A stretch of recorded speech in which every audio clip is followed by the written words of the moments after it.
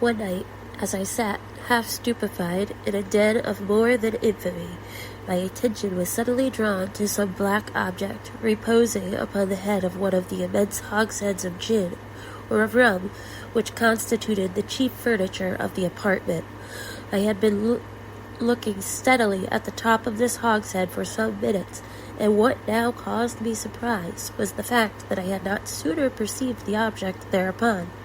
I approached it, and touched it with my hand.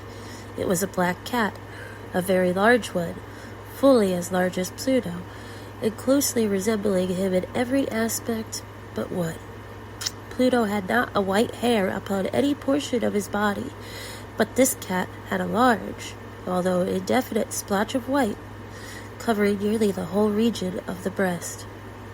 Upon my touching him, he immediately arose, purred loudly, rubbed against my hand, and appeared delighted with my notice. This, then, was the very creature of which I was in search.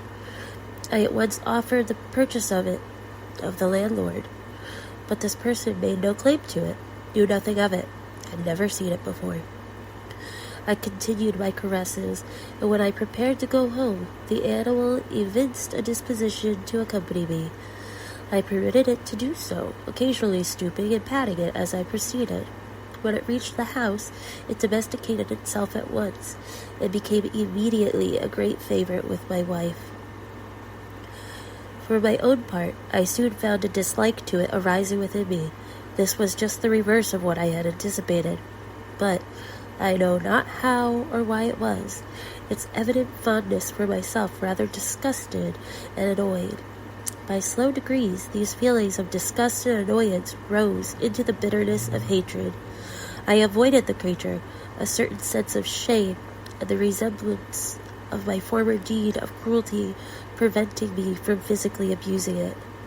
I did not, for some weeks, strike or otherwise violently ill-use it, but gradually, very gradually, I came to look upon it with unutterable loathing, and to flee silently from its odious presence as from the breath of a pestilence.